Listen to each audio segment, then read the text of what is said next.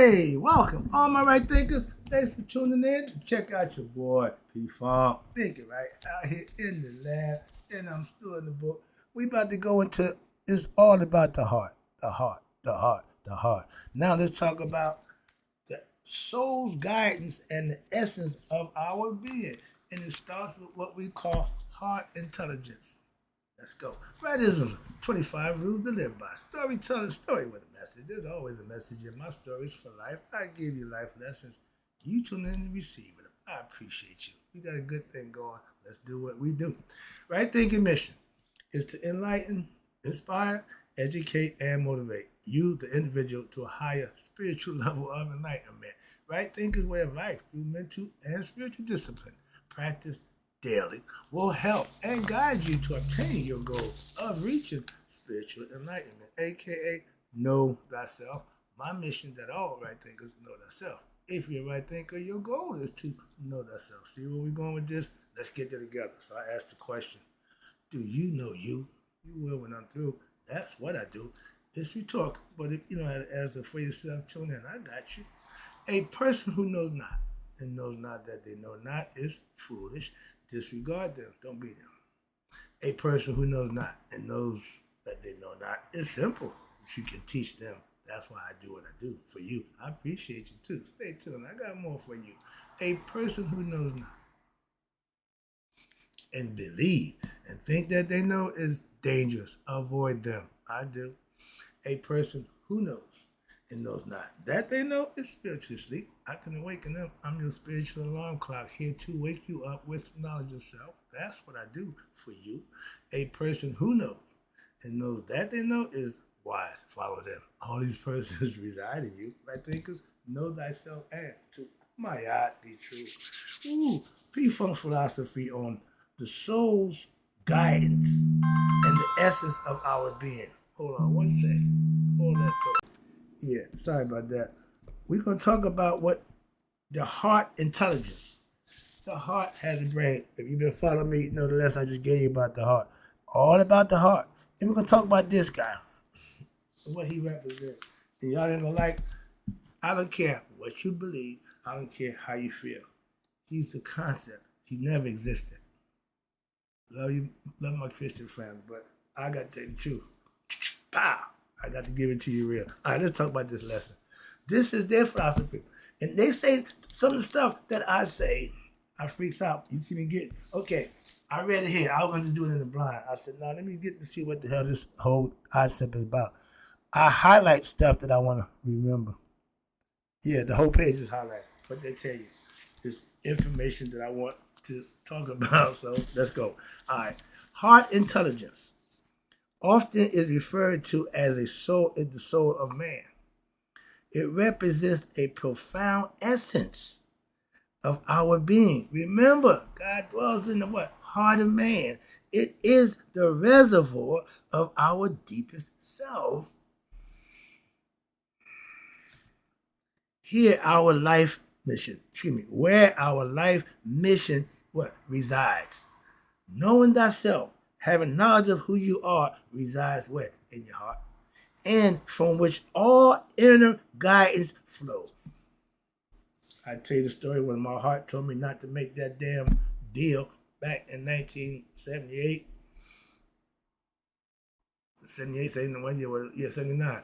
Okay, don't make the deal. No, my heart said, don't do it. My mind said, man, do it. My mind haven't let me since. That was over 40 years ago. So I get this concept wholeheartedly. Trust me. I'm with them. And your soul embodies what we call unconditional love, unconditional knowledge, unconditional awareness. These are things that reside in your heart. I didn't know that. A quality that is evident where at the very beginning of our life. And this is where I agree 100%. We are born pure. We're born pure, clean as the driven snow. Coming to this world, don't know jack, don't know from Ghibli. But the environment that we're in will shape us. And psychiatrists been saying that, and everybody's saying the same thing. I agree. Why is this? For instance, when you are born, when a newborn enters in this world from that sperm, the embryo that grows at 9 months, all of a sudden comes out and become a player in this game called life in this world, what happened? You come out pure. You're unconditioned. You're untainted. You're uncorrupted, but you are corruptible.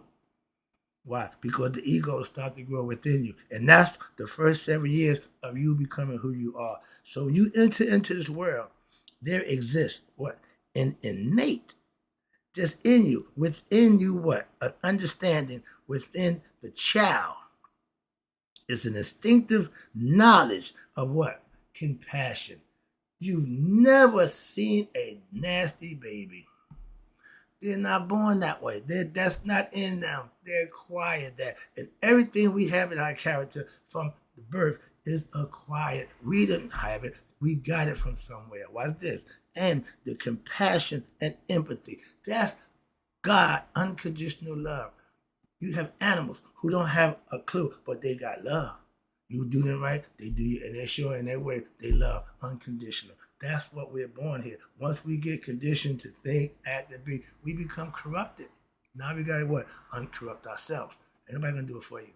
Savior ain't come to save you. You gotta become the Savior. Okay, philosophically. But watch this. But this intrinsic love for others informs you, the baby, your baby's actions, and it guides them what? Away from harm and toward connection with others. Babies love to express. That's natural for them. But when you traumatize them in a bad environment where they got to hear cussing, noise, all the kind, they messed up. Okay, traumatized. And for example, I say the same thing. This is why I had to highlight. I started highlighting from here. I didn't highlight the first part, but I agree with that. So that's the part I had to highlight this. Why? It says, for example, a child is not born racist, violent, hateful. Those are quiet qualities. But rather, they come into this world, what? Unconditioned with what? Pure love, empathy for what? All things and all beings. They don't know nothing else. As my pastor said, I asked him, dude, how you stay with that religious thing, that Bible? He said, brother, right? I don't know nothing else. Babies, they come to world, they don't know nothing else. They're going to give you what they got. That's pure. Okay? And I agree with that concept 100%. That's why I highlighted it. But it is only through what? The corruption. That's what I want to get to. That, goddamn it, right there. We corrupt our kids, parents, okay? In what? Our mind shaped by what? Social influences. Depending what kind of parents you got, you're going to be in an environment that may not be conducive for you, but you're going to have experiences and you're going to have a learned behavior. There you go. Think your environment, because everything that you learn is learned behavior involving what? Your environment. And that all individuals will begin to what?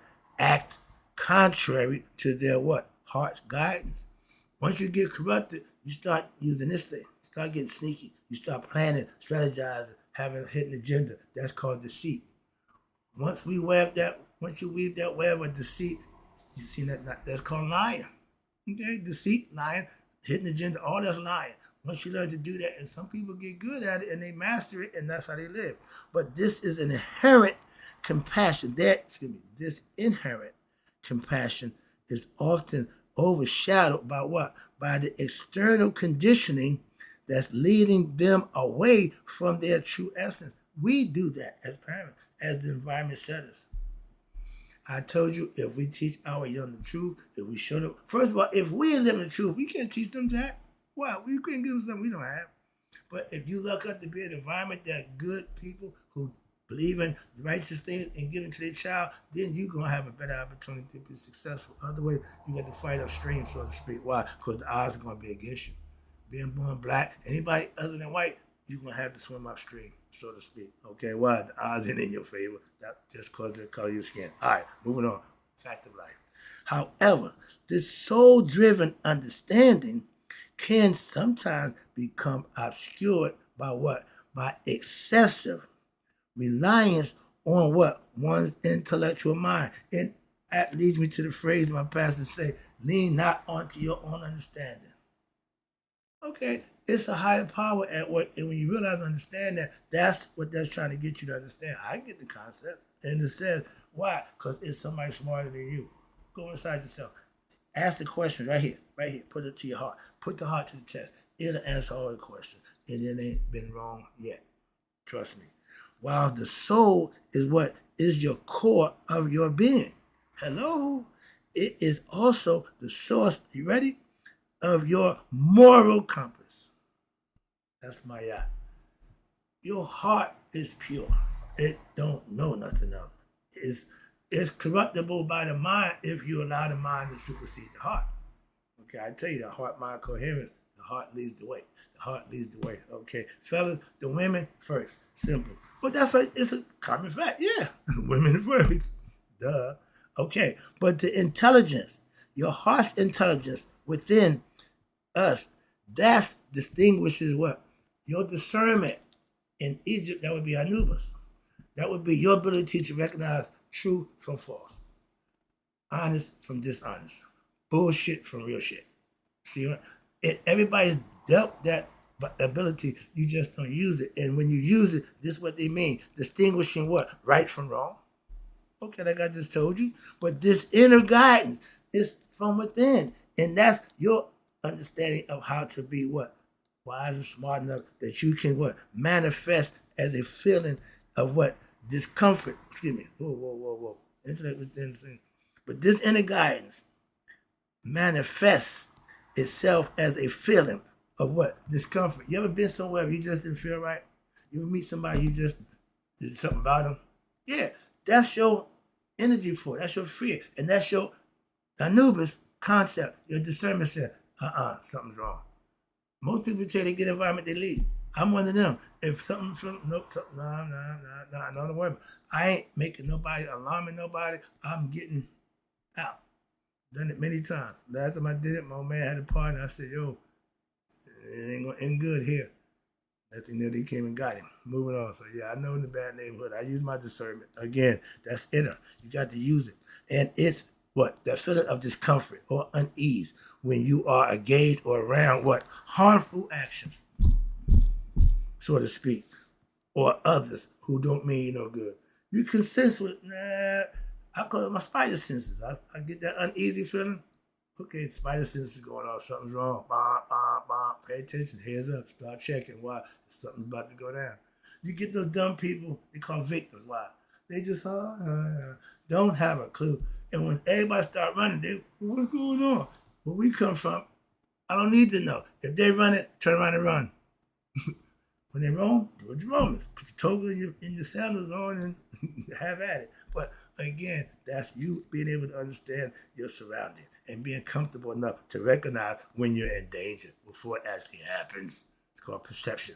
But when we hurt, again, when we lash out and hurt someone, we ultimately what? Because of the family connection, spiritual beings we all connected as one. You inflict pain upon what? Yourself.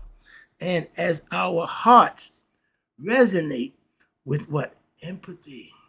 That's where it starts. That's why it's the fourth chakra. That's why it's the heart chakra. And that's what separates what? Your higher from your lower. Of the 7 rounds, the fourth is the heart. From 3 down, you fail. So until you open up your heart and become compassionate, you won't make it to the next level. Okay? So a lot of people never get that far. And watch this. Now, whether you are consciously aware of it or not, it don't make a difference. If you're ignorant of who you are, okay, you got suffered fate for that. But deep down, we really possess an innate awareness within us. Yeah, hello, of what? What is right at all times. We call it Maya. Okay. My mother-in-law, she said she never felt good doing wrong. I couldn't ignore it. I was doing wrong. Half my life was wrong. So I never felt good according to her lifestyle. But I told her, I've never heard nobody say that. She just didn't feel good doing bad or wrong things. That means you're a good person.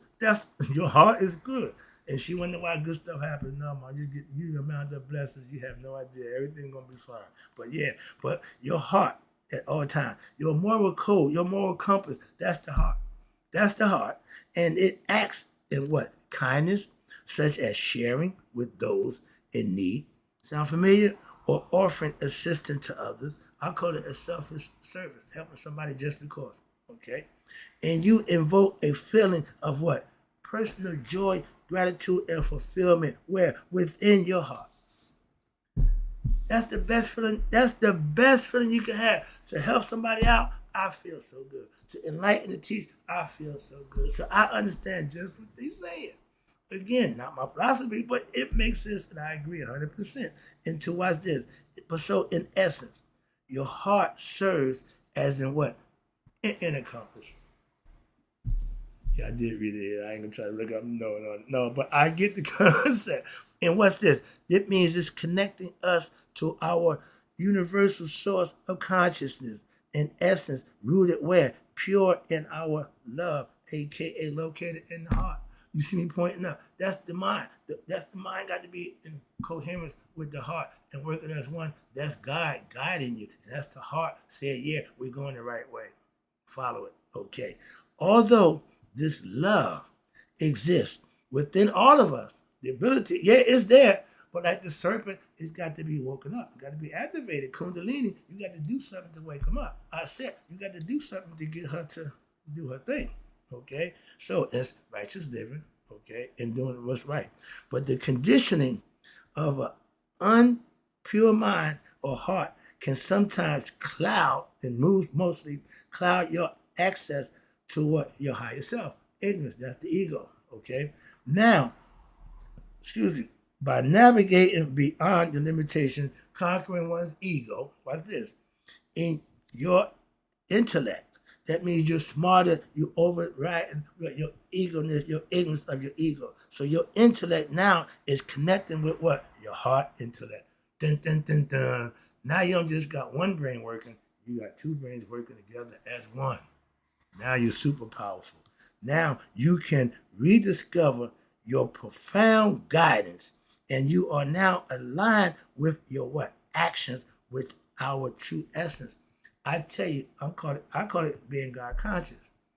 I'm going to keep God on my mind and my mind on God all the time. Why? That keeps me from doing dumb stuff. Why?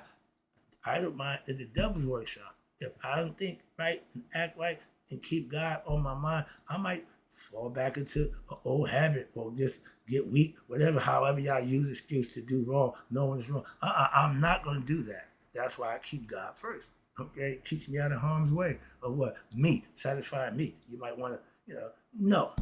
Some people don't have the discipline. That's another that somebody give you about discipline. It's important. Why? If you got no discipline, you got no hope. Okay. Why? Your heart can what? Indeed be corrupted. Hello. How? By the intellectual mind. Most smart people who got education, scholarly smarts, those are the most sneaky and despicable, diabolical people. Why? Because they think they're smarter than everybody else. They think everybody else is dumb but them. You know them kind of people? And over a period of time, as the mind is not exposed to harmful words, social conditioning, and negative experiences, now it can foster what? Bad feelings of hatred, and they can do malice within individuals. You can commit anything once you get what? Emotionally involved and you get upset and mad. You're no longer under control. However, this negativity serves only as a veil over the pure, loving soul that always exists within each person. You have to go out your way to do certain things. And that's why it's punishable by what? Death should be punishable by death. You take a life, take yours. Why? That'll stop their nonsense. If people know the consequence of their actions, they start acting accordingly. Ancient time, you stole, cut the hand off. Simple. Okay? Why? You want to do it again? They rape, castrate them. Ain't not worry about that. Pedophile, castrate them. I don't know where y'all fall with that gay thing, so I'm going to leave that up to y'all, but certain things I'm with on board, so that's something y'all can talk about. But my heart is always compassionate. I don't want to just do things. I want people to understand. Stop doing things. Why? Think you can get away with it. Because you can't. And we should make that a point. That's all.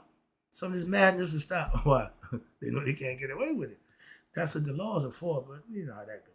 But no matter how corrupt one's heart may become. It's not born corrupt. You have to do things to do that. That's my point. And they're saying the same thing. So there remains your innate capacity for love and empathy for others. You just choose to what? Ignore it. Do what you want to do. That's when the ego takes over. The ego is me, I. That's you, who you identify with. That's the devil. Moving on in y'all terminology. The devil is anything in opposition to God.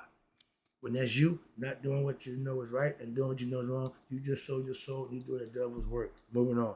And this concept is fully supported by what? Here we go. The biblical teachings, such as the verses stating that Christ may dwell in your hearts and God's love has been poured into our hearts.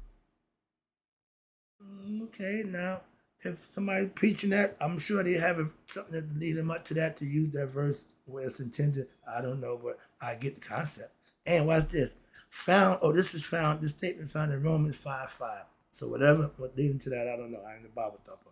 But now you got Ephesians 3:17, and that says these scriptures highlight the idea. Here we go. Right there, that Jesus representing the essence of unconditional love. I ain't got a problem with that. And peace, and it resides within each of us. Again, I agree with that 100%. But it's all symbolical and metaphorical. Christ is the oil. We ain't going to get that lesson already. But the term son, S-O-N, in reference to Jesus being God's only begotten son. Stop. I know you're not. Stop. Just stop.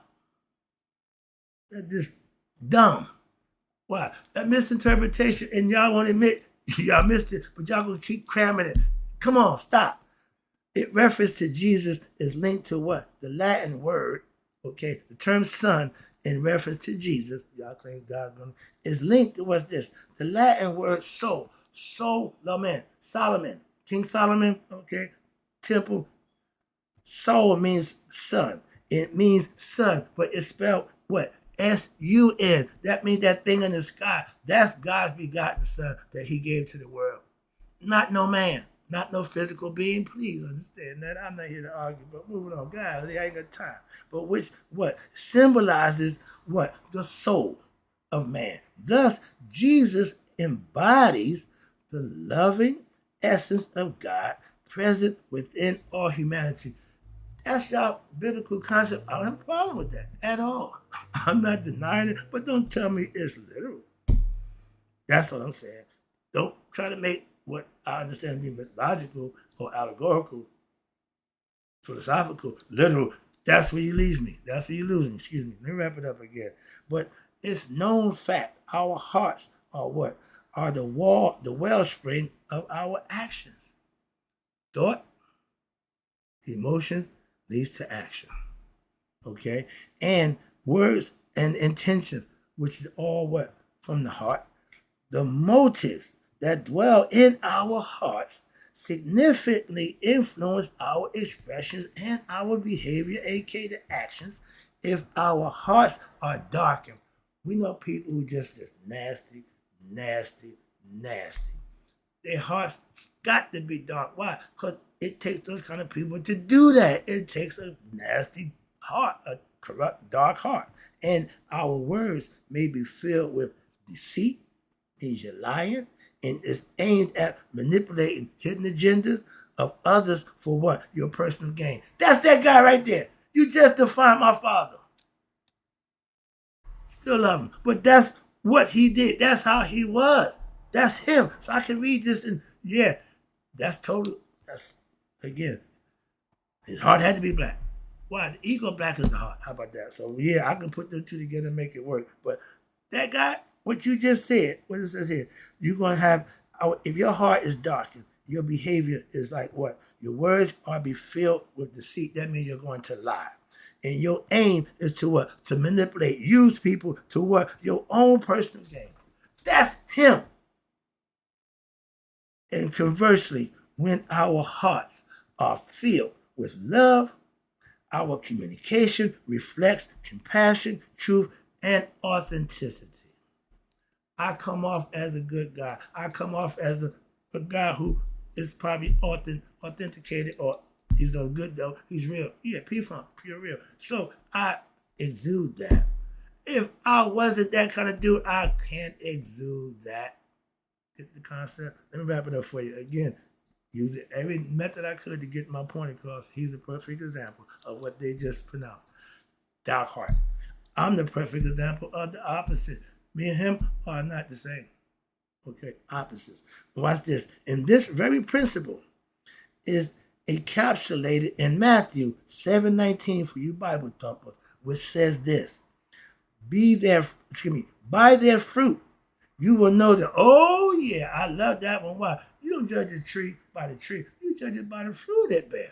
If it's good, it's gonna bear good fruit. Moving on. Your children are your fruit. I brag about mine all the time. Moving on. But now I'm bragging about my grandchildren. How about that? But this emphasizes what?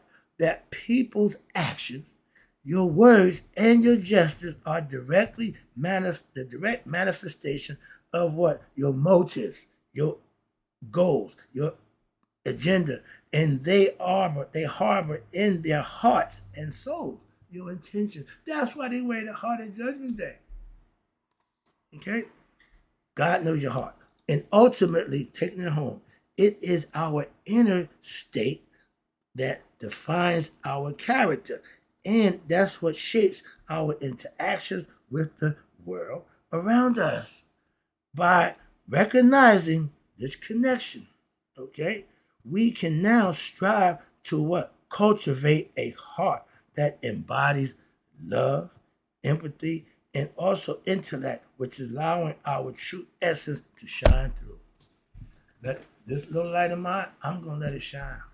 Hope you enjoyed the lesson. Right thinkers in closing, may you all live to be 100. Me, 100 minus that day. So I never let my right thinkers who now understand the soul's guidance and the essence of our being have passed away. I know, I just learned a little something about myself.